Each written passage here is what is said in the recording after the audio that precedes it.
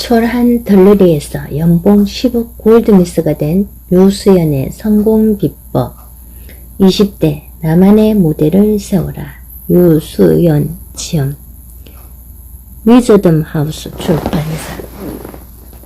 유수연 1972년 베이비붐 세대. 태어나면서부터 우리나라의 경쟁과 비교 문화에 적응하지 못하고 비빌대다가 고등학교를 졸업하고 간신히 수도권의 한 대학교에 후기로 입학했다. 1학년 때 학사 경고, 2학년 때 시체놀이를 하다 3학년 때 모시문사 자유기고가로 글쓰기를 시작한 후 학교와는 담을 쌓고 살았다. 그렇게 한국 사회의 열등생으로 분류되어 좌충우돌 하며 보내다가 졸업을 앞둔 4학년 때 불현듯 호주로 떠났다. 어학연수생으로 시작해 학생으로 통역관으로 호주 생활을 했다. 뒤늦게 맛본 공부 재미에 영국에서 경영학 석사 과정을 받고 미국 하얏트 호텔에서 근무했다. 2001년 한국으로 돌아와 강사로 첫 발을 내디뎠다. 귀국한 지 8년 만에 억대 연봉 강사, 30대가 닮고 싶은 골드미서, 서다 강사라는 화려한 수식어를 유수연 이름 석자 앞에 달고 있다. 현재 유수연 영어연구소 소장, 시사영어사, 토익 대표 강사, 울산대 김인교수, 전 SBS 유수연의 오프닝 잉글리시, DJ 한국경제신문, 더 데일리 포커스, 노컷뉴스, AM 7시 등 각종 신문의 기사를 연재하는 등 다양한 분야에서 활동하고 있으며 전공인 경영학을 살려 세상에서 나라는 존재를 가장 잘 경영하면서 살고 있다고 자부하고 있다.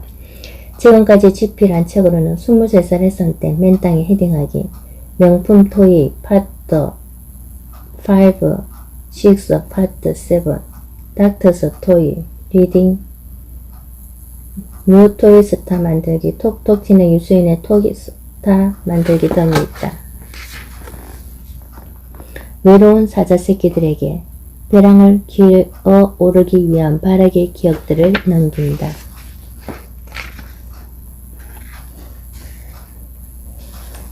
노바디 컴플렉스. 그렇게 믿고 싶었다.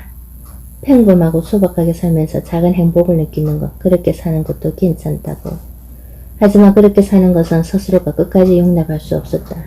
누구나 자신이 원하는 것을 꾹꾹 눌러 넣어두고 그저 생긴대로 사는 게 행복한 거라고 그렇게 생각하려고 노력했다. 모두가 부러워하는 사람들 알고 보면 다 거기서 거기다. 그들도 나름대로 불행하다고, 사람 사는 거 다 똑같다고 그 말을 너무나 믿고 싶었다. 하지만 자신의 인생을 멋지게 만들어 화려하게 빛내는 다른 이들의 모습을 보게 되면 그런 구차한 믿음은 나에게 위로가 되지 않았다. 내 자신이 초라하게 느껴지고 숨을 쉬는 것조차 짜증이 났다. 세상은 나 없이도 잘 돌아가더라. 나는 평범하고 초라한 여대생, 이 사이의 수많은 들레리 중 하나였다. 성공한 사람의 이야기에 억울해했고 TV에 나오는 화려한 연예인들의 모습에 분노했다. 물론 지금도 성공한 인생을 살고 있다고 내가 세상의 중심이라고 해줄 수는 없다. 난 항상 내 존재에 목말라 했고 지금도 그렇다. 난 아직도 그리고 항상 내 존재에 목이 마르다. 아마 내가 꿈꾸는 것만큼 화려하게 나를 불살라 태우지 못하고 끝날 수도 있다. 이렇게 노력해도 끝까지 세상의 중심이 되지 못할 거라고도 생각한다. 그렇다고 물러설 수는 없다. 그냥 주저앉아 초라함을 인정한 채 세상의 들러리로 평생을 산다는 것, 그것이 더 큰 짐이라는 것을 이미 20대에 경험했기 때문이다. 결국은 선택의 문제다. 작은 행복을 느끼면서 마음 한구석에는 증명되지 못한 노바디 콤플렉스를 평생 안고 살아갈 것인가? 자출우동 이리저리 치면서 불안하고 외롭고 끝이 안 날 것 같은 인생. 그래도 내가 특별하다고 느낄 수 있는 길을 갈 것인가? 내 존재를 증명하면서 나는 살아있다고, 나는 여기 있다고 끊임없이 외치며 가는 길. 난 지나가는 행인 1,2로는 존재할 수 없다. 바로 그 이유 때문에 나는 오늘도 그 길을 가고 있다. 특별한 목표는 없다. 사람들이 기대하는 TV 속에 나오는 꿈은 꾸지 않는다. 변호사, 사학가, 정치인, 대통령이 되겠다는 꿈은 처음부터 없었다. 가끔 인터뷰에서 꿈이 무엇이냐는 질문을 받을 때면 정말 난감하다. 꼭 당신들이 아는 꿈을 꾸어 성공하는 것은 아니지 않는가. 난 나를 좀 더 화려하게 태워갈 수 있는 의미를 찾는 것이 꿈이다. 나는 왜 사는가? 왜 존재하는가?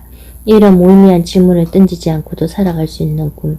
그냥 나 자신으로 살아가고 있으니까 이미 존재하고 있는 나와 함께 가장 나답게 성공하고 싶다.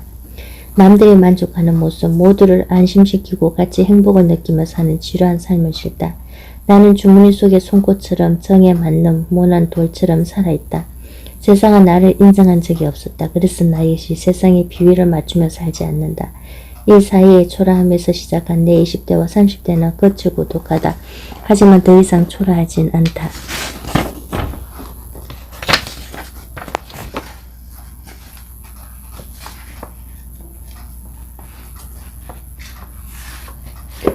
초라한 20대, 화려한 30대, 연봉 10억을 버는 스타 강사, 화려하게 능력을 인정받고 탄탄한 경제력을 자랑하는 골드미서. 이제는 꽤 익숙한 나를 설명하는 수식어들이다. 사람들은 스타 강사와 골드미스라는 타이틀을 단 나에게 보통 사람과는 다른 어떤 특별함을 기대한다. 스타 강사라는 타이틀로 살아가는 하루하루는 평범하기도 하고 화려하기도 하지만 일상은 보통 사람과 똑같다. 나도 남들처럼 가까운 사람들과 하루하루를 보내면서 반복되는 일상을 살고 있을 뿐이다. 다만 보통 사람들과 다른 점은 내가 하는 일이 많은 사람들에게 노출되어 있다는 것이다. 그리고 나를 둘러싸고 있는 척건들의 벽이 높아 밖에서 나를 보기 힘들다는 것, 움직이는 무대가 많아서 바빠 보인다는 정도. 새벽에 시작해 밤 10시에 끝나는 일상. 매일 새벽 4시 30분이면 어김없이 매니저가 나타난다. 잠도 채 깨지 못한 상태로 비몽사몽 매니저가 운전하는 차에 몸을 싣고 목동 방송국에 도착하면 새벽 5시. 그때부터 허 PD, 수진 작가, 미투 그리고 라디오 방송을 만드는 여러 스태프들과 함께 아침 방송 준비를 시작한다. 6시면 유수연의 오퍼스 잉글리시 청취자에게 인사를 한 후 약 1시간 동안 그들과 함께 음악도 듣고 영어 공부도 하면서 하루를 시작한다. 난 방송하는 것이 참 행복하다. 내 전문 분야가 아니라서 부담이 없고 강의가 아니기 때문에 매번 빡세게 준비하지 않아도 된다. 그저 영어로 하루를 시작하는 사람들과 가볍게 아침을 시작하면 되는 것이다. 방송을 끝낸 후 아침 8시 30분이면 종로로 돌아와 학원에서의 일상을 시작한다. 학원에서 늘 수십 명의 사람들에게 둘러싸여 지낸다. 가장 가까운 곳에는 오랜 시간 나와 호흡을 맞춘 함 실장이 있고 항상 내 옆에서 소소한 일정을 챙겨주는 2명의 스텝이 있다. 이 밖에도 20여 명의 조교들과 3, 4명의 연구실 직원, 그리고 소위 내 라인이라고 할 수 있는 몇몇 강사들이 나를 둘러싸고 있다. 나를 에워싸고 있는 척건들 너머에는 약 1,500여 명의 학생들이 매일 나를 기다리고 있다. 이들과 함께하는 일정은 밤 10시가 되어야 끝이 난다. 평일에는 새벽부터 밤 10시까지 일정이 빡빡하게 짜여있다. 주말이라고 크게 달라지진 않는다. 토요일 아침에는 청담도 미용실에 가서 담당 헤어 디자이너와 메이크업 디자이너의 도움을 받은 후 강남의 한 스튜디오로 달려가 동영상 강의 기획자와 카메라맨들을 만난다. 일요일이면 9시가 마라톤을 특강을 하며 다시 1,500여 명의 학생들과 함께한다. 틈틈이 TV, 잡지나 신문과 인터뷰도 해야 한다. 일요일 저녁에는 마사지사에게 2시간 정도 마사지를 받는다. 어디를 가나 정해진 루트에서 정해진 사람들과 움직임으로 나의 일상은 안정감 있고 효율적이다. 그런 점을 매우 좋아하긴 하지만 빡빡하고 틀에 박힌 일상 때문에 새로운 사람을 만나거나 새로운 것을 해볼 기회가 전혀 없다. 내 연구실과 휴게실이 따로 있어서 일반 강사들과 얼굴을 마주칠 기회가 거의 없고 항상 스태프들이 맡고 있기 때문에 낯선 얼굴이 나에게 말을 거는 일도 거의 없다. 어쩌다 드라이버를 하고 싶어 내 차를 쳐다볼 때도 있지만 아무도 없이 혼자서 모르는 길을 돌아다니 엄두가 나지 않는다. 그래서 내 에마인 벤츠는 토요일에 미용실에 가는 그 이외에는 다른 장소에 가본 적이 거의 없다. 어떤 사람들은 그렇게 살면 답답하지 않느냐고 묻는다. 그들에게는 그렇게 보일 수도 있다. 내 일상이 방송국, 학원, 연구실, 미용실, 스튜디오, 집이라는 폐쇄적인 공간을 벗어나지 못하니 말이다. 빡빡한 일정 때문에 힘들지 않느냐는 질문도 많이 하는데 항상 내 대답은 아니다이다. 답답하지도 힘들지도 않다. 더 이상 방황하지 않아도 되고 굴러다니지 않아도 되는 나를 중심으로 움직이는 무대가 있기 때문이다. 긴 방황과 노력 끝에 만든 내 무대다. 당연히 나는 내 공간에 온전히 나를 몰아넣을 수 있는 지금이 좋다. 끊임없이 굴러다녔던 8년. 내 유학생활은 닥치는 대로 덤벼가면 뚫었다고 표현할 수 있다. 가난하고 실력도 없는 23살짜리 여학생이 자출우동하며 호주에서 영국으로 다시 미국으로 떠났다. 당장 내일이면 빵 살 돈이 없던 적도 있었고 내년에는 또 어떤 나라에서 어떤 모습으로 있을지 막막해서 항상 불안했다. 되지도 않은 용기로 영국의 대학에 석사과정을 지원하고 인터뷰를 기다리던 한 달 동안은 거의 매일 밤 불면증에 시달려야 했다. 외주를 타는 느낌으로 하루하루가 비참하고 불안했다. 그렇게 일을 벌이며 한 발 한 발 앞으로 나아갈 때 나를 가장 우울하게 만든 것은 노바디의 존재감이었다. 아무리 발악해도 아무도 알아주지 않는 평범한 유학생, 사치를 부릴 돈도 없고 세상에 주목할 만한 재능도 외모도 없이 굴러다닌 것이다. 지금의 나에게는 내 무대가 있다. 정말 노력해서 하나씩 쌓아 올린 시간과 집착들이 지금의 나를 세웠다. 8년의 유학생활과 8년의 강의생활로 지금의 나는 내가 누릴 수 있는 최상의 사치를 누리고 있다. 내가 누리는 사치란 내 강의실이 있고 내 방송이 있고 내 책이 있다는 것이다. 이렇게 나를 보여주고 남들이 공유할 수 있는 존재가 되기 위해 보냈던 시간은 한마디로 치열함이라고 표현할 수 있다. 그것을 어떤 말과 글로도 다 담지 못할 것들이기도 하다. 기고 그리고 전력 질주. 한국에 돌아와서 영어 강사가 된 후부터 난 뛰어다니기 시작했다. 어떤 구체적인 목표가 있었던 건 아니다. 돌아보면 항상 이런 생각을 하면서 살았던 것 같다. 오늘을 다시 살라고 해도 이보다 더 열심히 살 수 없다. 밤마다 이 말을 되뇌며 잠자리에 들었다. 그 말은 내 삶의 지표였다. 아직 성공이란 것이 무엇인지도 모르고 구체적인 방법도 모르고 누구에게 묻는다고 해서 그 해답이 나오지 않는다는 것은 지난 8년의 유학생활로 이미 충분히 알고 있던 테였다. 첫 때에는 무조건 열심히 강의만 했다. 취업 강의와 비즈니스 영어 강의였는데 영국의 경영학 석사과정에서 배웠던 사례들은 내가 알고 있는 지식과 경험을 토대로 쉽게 전달하려고 노력했고 나의 모든 것을 주고 싶었다. 강의는 입소문이 나기 시작했고 나의 작은 강의실은 계속 수강생으로 넘쳤다. 비록 한 반의 수강생이 25명에 불과한 강의였지만 이 작은 강의를 통해 난 자신감을 얻을 수 있었다.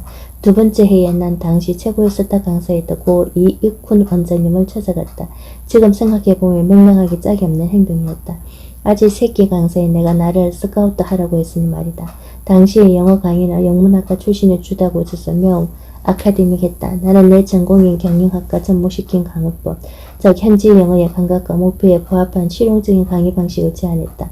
고맙게도 원장님은 나를 제목이라 판단하고 토익 시험 한번 쳐본 적 없는 나를 당시 토익 강의 중에서는 최고 규모인 한 반에 140명이 듣는 강의에 파트너 강사로 지명했다. 내가 학원 경영에도 개입해 도움을 준다는 조건이었다. 지금도 사람들은 내가 전공을 살리지 않고 영어 강의를 하는 것에 의문을 제기하는데 나는 경영학과 영어 교육을 가장 잘 매치시킨 케이스가 나라고 생각한다. 세 번째 해에 나는 토익 스타 강사로 뜨기 시작했다. 천방지축 유학생활을 담은 에세이를 쓴 것도 그 해였다. 책은 불티나게 팔려 베스트셀러가 되었고 난 TV와 라디오 잡지를 통해 명실상부한 스타 강사가 되었다. 나는 이익훈 의학원에서 독립해 토익계의 숨은 실력자들과 함께 영어 연구소를 만들었다. 그 친구들과 인맥으로 현재의 인적 네트워크를 가지게 되었다. 네 번째 해에 사법고시와 각종 고시에 토익 시험이 도입되었다. 아직은 불모진 고시 토익 시장, 아무도 시장의 향방을 예측하지 못할 때 나는 고시 토익 시장에 뛰어들었다. 시장에 대한 내 판단은 들어맞았고 나는 그 시장을 통해 다시 판을 키울 수 있었다. 다섯 번째 해에 나는 토익의 중심지를 할 수 있는 중동 시사 영어사의 자리를 잡고 올인했다. 종로 시사 영어사를 평정함으로써 대한민국에서 가장 많은 수강생을 가진 토익 대표 강사로 자리를 굳히게 되었다. 그리고 울산대의 개님 교수가 되었다. 여섯 번째 해에 라디오 방송을 시작했다. 지금까지 이뤄놓은 것만으로도 충분히 화려하다고 이제는 조금쯤 여유를 즐기며 살아도 되지 않느냐고 말하는 사람들이 있지만 나는 질주를 멈출 생각이 없다. 영어 강사로 활동한 지 8년, 지금까지 키워놓은 내 브랜드로 승부를 걸 준비를 하고 있다. 고인 물은 썩는다. 난 썩은 물이 되지 않기 위해 해마다 움직이려고 노력했다. 영어 강사 3년차에 스타 강사가 되었을 때 연봉은 이미 억대를 넘었지만 돈이 목표였던 적이 한 번도 없었기에 멈출 이유가 없었다. 내 무대를 더 넓히기 위해 계속 전력 질주했고 덕분에 매년 연봉을 2배 가까이 올릴 수 있었다. 얼마 전에는 모 투자처로부터 30%에 달한 거액의 이적료를 제시받기도 했다. 사실 30억이라는 돈은 그다지 큰 의미가 없다. 다만 아무런 존재감이 없던 내가 30억의 가치를 가진 존재로 성장했다는 중간평가의 의미가 있을 뿐이다. 나는 나 자신을 더 크게 키워주고 싶다. 파트 1. 화려한 미래를 꿈꾸는 20대 반전을 연출하라. 맨 땅에 헤딩하기, 그 초라한 시작. 23살, 영어도 못하고 컴퓨터도 못하고 집안도 외모도 평범한 그 자체인 수도권 대학을 다니는 여학생. 나는 우리나라에 더 이상 흔할 수 없는 전형적인 20대였다. 월화수목금토 일과 같은 간단한 영어 단어조차 헷갈려 할 정도로 영어 실력이 형편없었고 그 흔한 컴퓨터 자격증 하나 없었다. 그렇게 한심한 23살 여학생이 어느 날 무작정 비행기를 타고 호주로 유학을 떠났다. 3개월 만에 어학연수 과정을 통과하고 호주 대학에 입학한 후 통역관으로 취업하기에 이르렀다. 하지만 그녀는 호주 유학에 만족하지 못하고 경영학 석사 과정을 받기 위해 다시 영국행 비행기를 탔고 결국 석사학위를 따고 귀국해 지금은 연봉 10억을 버는 스타 강사가 되었다. 이것이 TV나 신문 등의 언론 매체에서 소개하는 나에 대한 이야기다. 뭐 모두 맞는 말이긴 하지만 이런 이야기는 사람들에게 한상을 심어주기 딱 좋다. 아무런 노력도 하지 않았는데 어느 날 갑자기 수식 상승할 수 있는 사람은 아무도 없다. 나 또한 억대 연봉을 자랑하는 스타 강사, 자기 분야에서 전문성을 인정받는 골드미스가 되기까지 길고 긴 시간 동안 엄청나게 노력하며 보내야만 했다. 지금 생각해도 졸업을 앞둔 23살 내 모습은 끔찍했다. 아침마다 눈을 뜨는 것이 두려웠다. 어제와 다를 것 없는 오늘, 딱히 해야 할 일도 없는 나른한 하루, 그런 하루를 시작해야 하는 아침을 맞이하는 것이 고역일 뿐이었다. 당시 나는 세상과 담을 쌓고 살았다. 나와는 상관없이 잘 굴러가는 세상이 싫고 무서웠다. 세상에 관심을 가지면 가질수록 나만 나고자가 되는 것 같다. 애써 세상을 외면하면 나만의 세상에 스스로를 가두었다. 물론 나도 처음부터 그런 모습은 아니었다. 한창 꿈을 키워야 할 나이에 언둔자처럼 방에 틀어박혀 살기 시작한 것은 대학 입시에 실패하면서부터였다. 철이 없었던 10대에는 문학과 철학의 화려한 고민들과 언어의 유의에 젖어 지냈다. 문제는 감수성으로 충만했던 나의 정신세계는 나를 떠났지만 내가 외면했던 현실은 끝까지 잔인하게 나를 맴돌았던 것이다. 20대인 나는 가혹한 현실에 나고자가 되어 혼자 남겨졌다. 사회가 내게 요구했던 공부를 소홀히 한 대가는 혹독했다. 대학 입시에 실패하고 후기 대학에 입학한 나는 입시에 실패해 나고자가 되는 것이 어떤 것인지를 제대로 실감했다. 지금도 나는 공부를 잘하는 것이 빨리 철드는 것이라고 생각한다. 빨리 철든 친구들은 좋은 대학에 들어가서 안정적인 미래를 확보하겠지만 나같이 못된 친구들은 어설픈 방황과 고집으로 대학 진학에 실패하고 만다.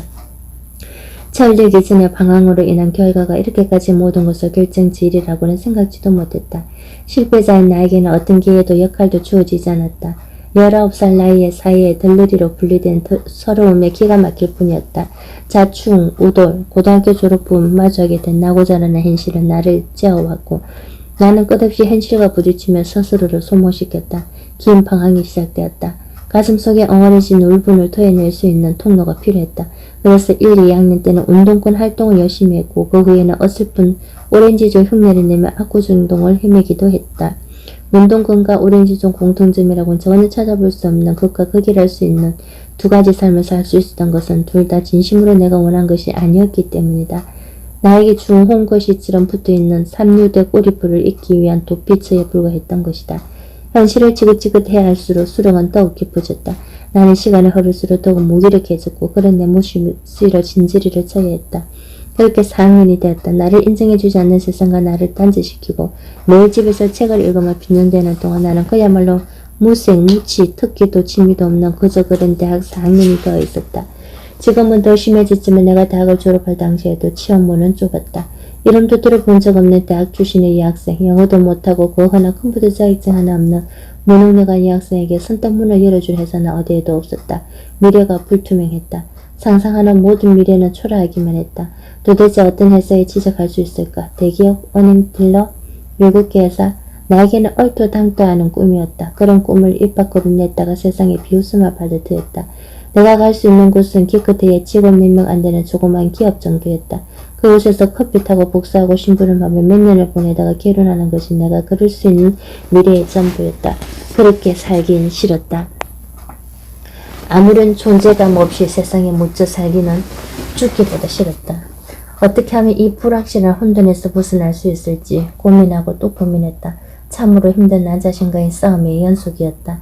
내 자신의 특별함을 믿고 싶었지만 현실적으로 내 존재감은 지나가는 행인 인리에 지나지 않았다. 이렇게 앞으로 60년을 더 살 수는 없었다. 시간이 얼마나 걸릴지 모르겠지만 내가 가진 패를 바꿔야 했다. 안 그러면 영원히 이런 모습으로 살아야 할지도 모른다. 이 상황에서 크게 나아지지 않을지도 모른다. 하지만 그렇다고 이 모습으로 박제가 되어 앞으로 60년을 더 살 수 없다는 것만은 분명했다. 발악이라도 해봐야겠다는 생각이 들었다. 토할 것 같은 유학생활. 한바탕 혼영을 치른 후 유학을 가기로 결정했다. 사람들은 유학이 내 인생을 180도로 바꿔놓았다고 생각한다. 유학을 갔다 오지 않았다면 아무것도 내세울 것 없는 3류대 여학생이 연봉 10억을 버는 스타 강사로 성공할 수 없었을 것이란 이야기다. 내 강의를 듣는 학생들도 나의 유학생활을 제일 궁금해한다. 그들은 단순한 호기심에서 나의 유학생활을 궁금해하는 것이 아니다. 그들은 나를 통해 자기의 확실한 미래를 찾고 싶어한다. 그들처럼 존재감 없었던 내가 유학을 갔다 와서 스타 강사로 활약하는 모습을 보면서 나도 저렇게 될 수 있다는 희망을 키우는 것이다. 그런 그들에게 난 찬물을 끼얹는다. 유학 가고 싶다고? 유학만 갔다 오면 인생 확 바뀔 것 같니? 꿈깨. 아무나 할 수 있는 일이 아니라고. 나는 가능했지만 너희는 할 수 없다고 교만 떠는 것이 아니다. 그저 유학만 갔다 오면 모든 게 해결될 거라는 아이란 생각을 깨지 않고서는 아무것도 이룰 수 없다는 것을 말하고 싶을 뿐이다. 실제로 나의 유학생활은 끔찍했다. 도망치듯 떠난 유학이었다. 아무도 알아주지 않는 평범한 여대생으로밖에 살지 못하는 한국에서는 숨이 막힐 것 같다 유학길에 나섰다. 오로지 공부 하나만으로 평가받는 것이 싫어서 공사나 대기업을 들어가려는 긴 행렬에 섞여 살아갈 자신이 없어서 도저히 그렇게는 살 수가 없어서 떠난 것이다. 이미 한 번의 낙오를 경험했던 나로서는 절박한 선택이었다. 사실 처음에는 유학이라고 이름 붙이기도 민망했다. 영어로는 입을 떼기도 힘들고 듣지도 못하는 상태에서 공부는 가당치도 않았다. 나는 호주까지 어학연수를 온 수많은 학생 중 하나였을 뿐이다. 어학연수를 다녀온 사람들은 알 것이다. 어학연수만 가면 영어 실력이 몰라보게 늘 것이라는 한상은 일주일 듣지 않듯 깨진다. 어학연수생들이 많이 다니는 랭귀지 스쿨이란 곳은 마치 한국에는 영어 학원이란 착각이 들 정도로 한국인들이 바글거린다. 한 반에는 단 한 명의 원어민만 있을 뿐이다. 바로 선생님이다. 선생님을 제외한 나머지는 대부분 한국인이나 아시아인이다. 자칫 잘못하면 영어를 배우기는 그냥 한국인 친구들과 수다를 떨며 시간 낭비하기에 딱 좋다. 이대로 가다가는 대학 근처에도 못 가보고 시간만 낭비할 것 같다는 위기감이 들었다. 그렇게 허송 세월만 보내다가 한국으로 돌아갈 수는 없었다. 그러자고 호주까지 날아온 것이 아니었다. 이대로 지내다가는 향수병 운운하며 청순만 떨다 가겠다. 호주에서 건진 건 홍콩 친구와 일본어밖에 없겠다는 생각이 들었다. 목마른 자가 우물을 파는 법이다.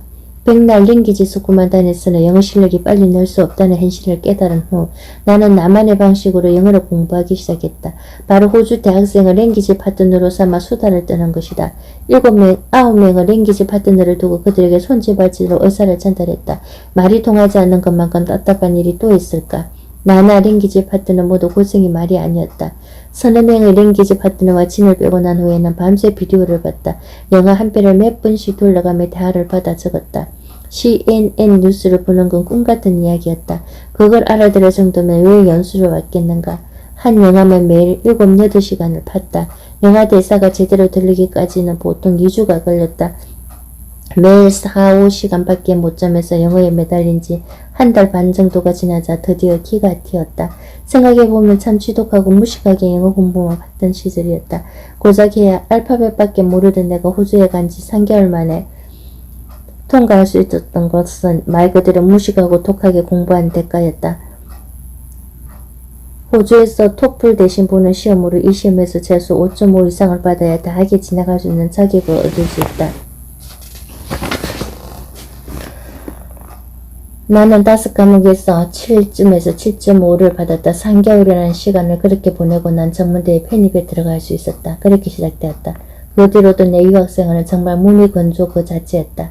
유학생활의 에피소드 매일 토할 정도로 똑같았다. 실력이 없는 나로서는 간신히 들어간 대학 수업을 따라가는 것도 벅찼고 매일 밤새워도 지쳐졌다. 하루가 한 달 같고 한 달이 1년 같았다.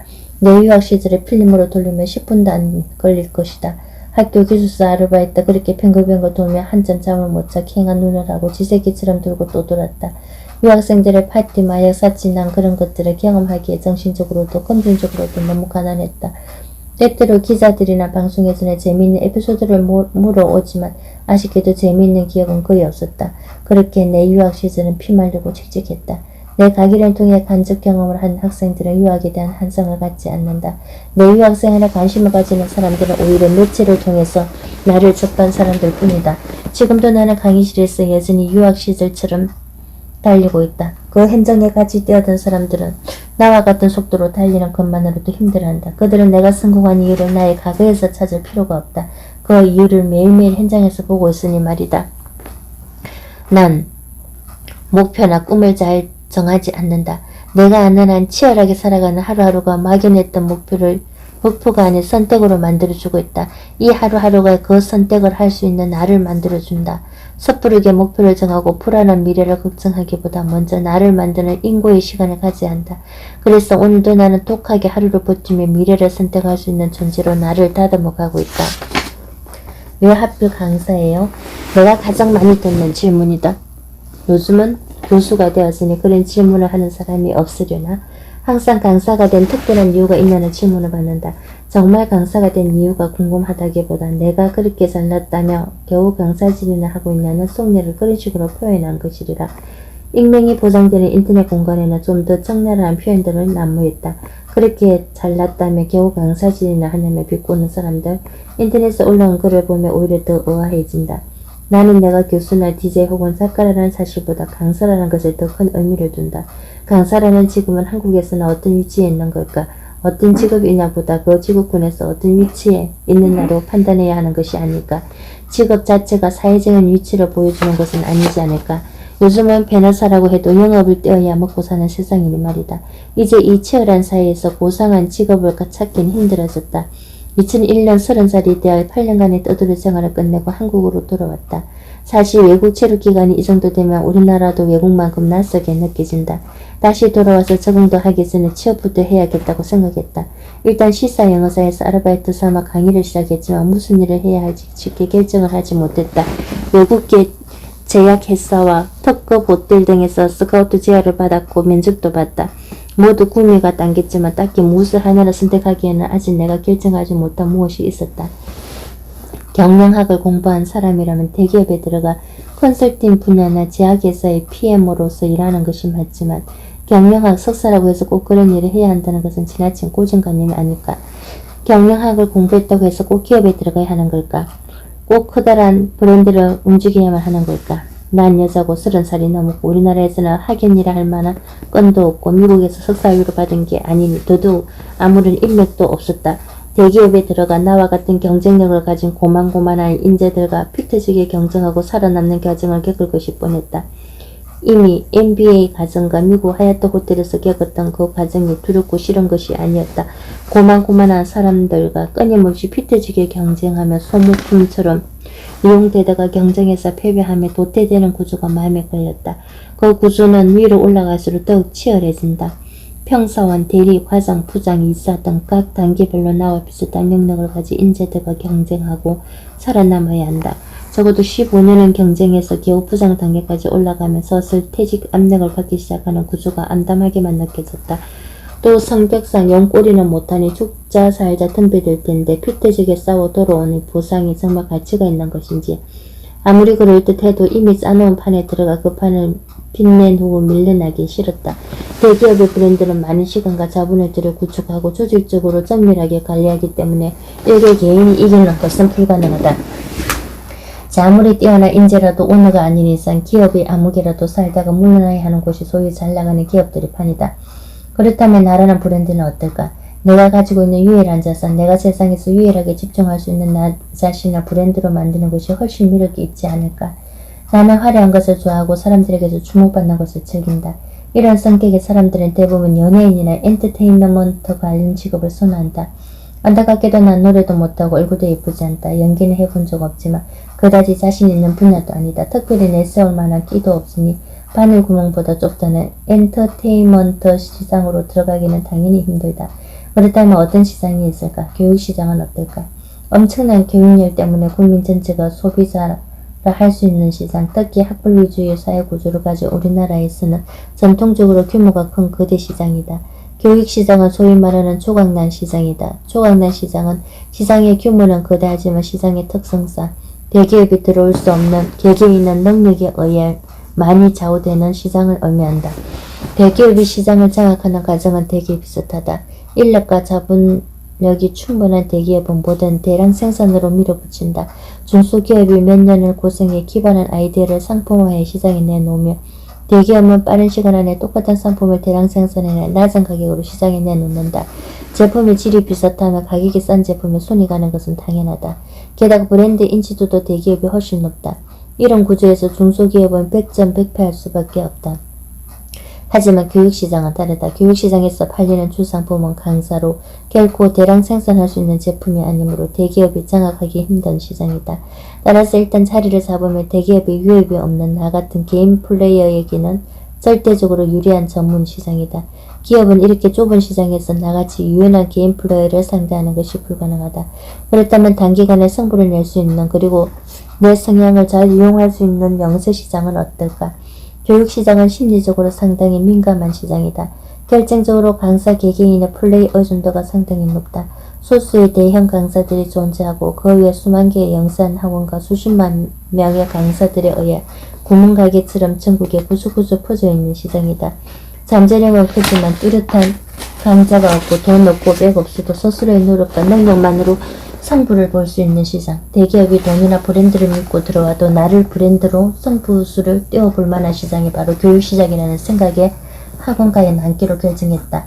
내 스스로가 브랜드가 되겠다는 목표로 머리와 지식과 몸뚱이 빼고 가진 것은 없지만 다른 어떤 것보다 경영해볼 만한 가치가 있는 내 자신을 키워 나에게 맞는 판을 새로 짜보자고 결심한 것이다.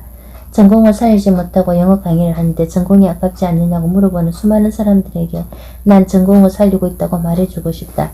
단지 일반적으로 생각하는 회사의 책상물에 앉아 서류를 들추는 경영이 아니라 나 자신을 최고의 상품으로 만들어가는 경영을 하고 있다는 것이 다를 뿐이다.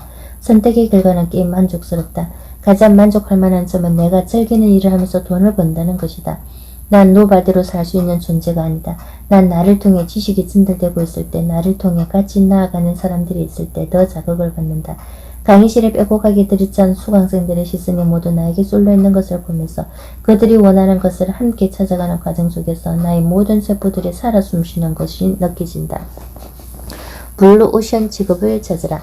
취업을 앞둔 20대 젊은 친구들이 직업을 선택하는 기준은 의외로 단순하다. 진지하게 고민하지 않는다는 것이 아니다. 사실 판단이나 고민의 기준 자체가 없는 경우가 많다. 거저 월급 꼬박꼬박 받으며 정년이 될 때까지 안정적으로 다닐 수 있으면 된다고 생각한다. 젊은 친구들의 꿈이 이처럼 소박해진 것은 단지 그들 스스로의 문제만은 아니다. 거리에는 대학을 졸업하고도 일자리를 찾지 못해 방황하는 젊은이들로 넘쳐나고 엄청난 경쟁률을 뚫고 취직해도 40살만 넘으면 언제든 정리될 수 있는 대상이 되어 하루하루 마음 졸이며 살아야 하는 것이 우리의 현 주소다. 그러니 어디든 안정적으로 월급 받으며 오랫동안 다닐 수 있는 곳이 좋은 직장이라 생각하는 것도 무리는 아니다. 직업은 한 사람의 인생에 상당한 비중을 차지하는 어찌 보면 외적으로는 삶의 전부일 수도 있다. 직업을 선택할 때는 좀 더 자신에 대해 분석하고 전망을 가지고 현재 시장을 판단할 수 있어야 한다. 모두가 대기업이나 공사에 들어가기 위해 줄을 서서 지루한 시간을 버티며 소모적인 경쟁을 하고 있을 때 나는 어디에서 어떤 모습으로 설 것인가에 대해 먼저 정의를 내려야 한다. 모두가 몰러가는 곳으로 가서 몸을 숨긴다고 안전한 것은 아니다. 끊임없이 평가받으며 살아가야 하는 사이에서 사람들이 많이 달려든다는 것은 그만큼 경쟁이 더 치열하고 자칫 잘못하면 들러리가 되기 쉽다는 간단한 진리를 왜 모르는 것일까? 들러리가 아닌 주인공으로 살려면 어떻게 해서든 남이 짜놓은 판에 들어가려고 애쓰기보다 스스로 자기에게 맞는 판을 짜는 것이 현명하다. 물론 당연히 어렵고 힘들다. 하지만 판을 새로 짜기만 하면 이미 있던 판에서 노는 것보다 성공할 가능성이 훨씬 커진다. 내가 30살에 선택의 기로에 있었을 때 강사 대신 외국계 제약회사나 호텔을 선택했다면 지금의 나는 어떤 모습일까? 모두가 몰려가는 그것만을 보고 있으면 새로운 가능성을 볼 수 없다. 우리나라 젊은이들이 아는 직업은 TV에서 봤던 것들에 한정되어 있는데 조금만 눈을 돌리면 세상에 얼마나 다양한 직업군이 있는지 알게 된다. 그 중에서 내가 즐기면서 나의 상품 가치를 최대화시킬 수 있는 시장과 직업을 찾는다면 그것만으로도 인생의 반은 성공한 것이나 다름없지 않을까. 자신이 좋아하고 잘할 수 있는 일, 자신의 존재를 인정받을 수 있는 일을 하면 누구나 성공할 수 있다. 다른 사람들이 보기에 그 일이 무난해 보이지 않을수록 성공 가능성은 더 큰 것이 아닐까.